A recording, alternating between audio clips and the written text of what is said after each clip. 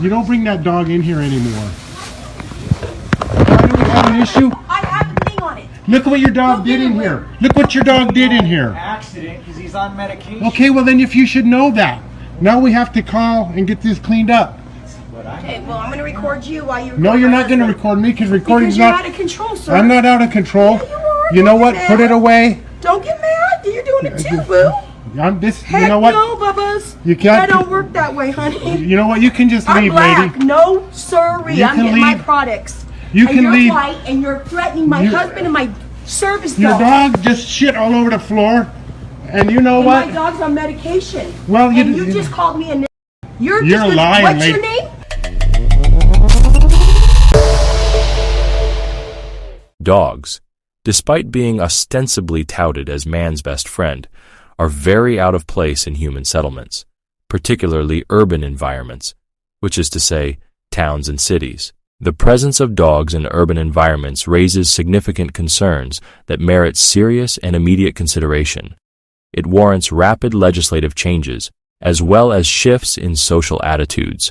As things are now, society as a whole is entirely too permissive of dog culture and the slew of issues it foists upon us all.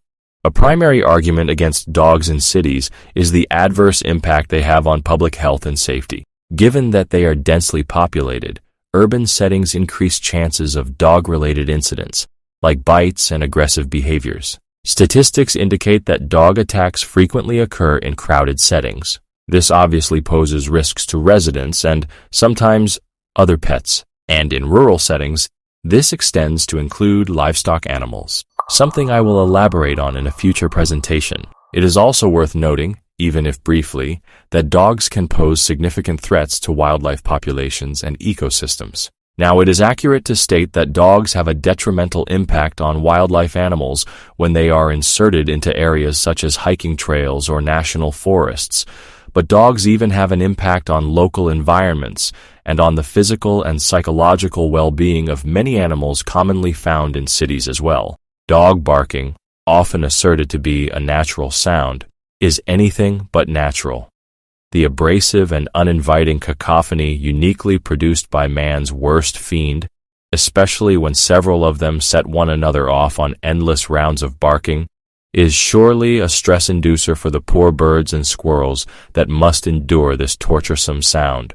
Moreover, the environmental implications of dog ownership in cities cannot be overlooked. Urban areas struggle with waste management, and pet waste contributes significantly to this issue. Many dog owners do not pick up after their dogs, leading to unsightly streets and potential health hazards due to pathogens present in feces.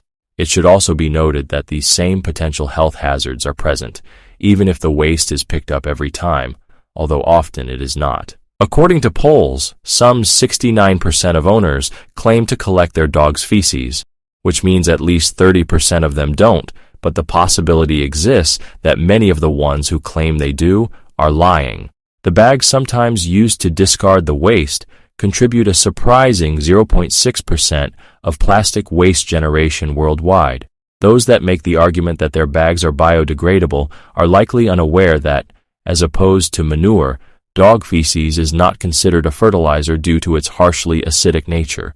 Additionally, the accumulation of waste can harm local water sources through runoff during rainfall, further exacerbating ecological concerns. Furthermore, the realities of city living often compromise the well-being of dogs themselves. Dogs require ample space for exercise, but urban environments typically lack sufficient open areas for these needs. Many city-dwelling dog owners resort to short walks or confining their pets indoors for extended periods, which can exacerbate behavioral issues, because let's be clear, dogs have a ton of awful inherent default behaviors that must be trained out.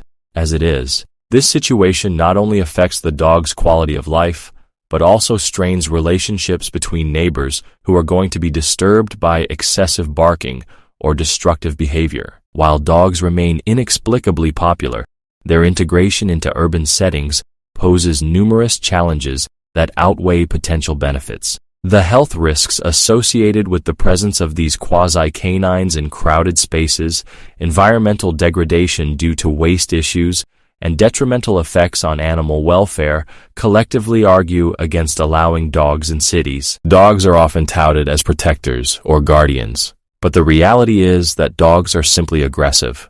They clearly cannot distinguish between ordinary and innocuous human behaviors, as well as everyday social practices, like mail delivery services being a thing, as opposed to an actual threat.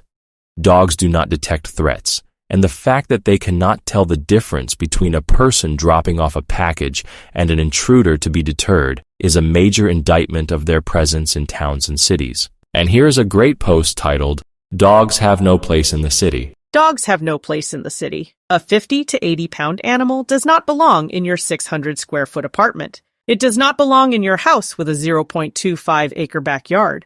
It does not belong in the city where your neighbors for miles can hear your dog bark away for hours while you work your 9-to-5 job. It does not belong in the city where its feces will litter every sidewalk, path, and boulevard.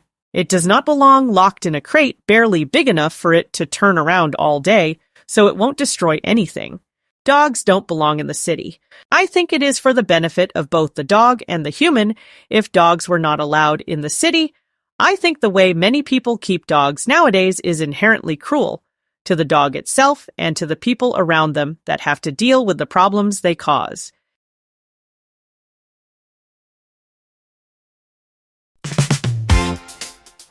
Dogs suck. Dogs suck. Dogs really suck. Dogs suck. They suck. They suck. They suck. They suck. They suck. They suck. It's their intrusion.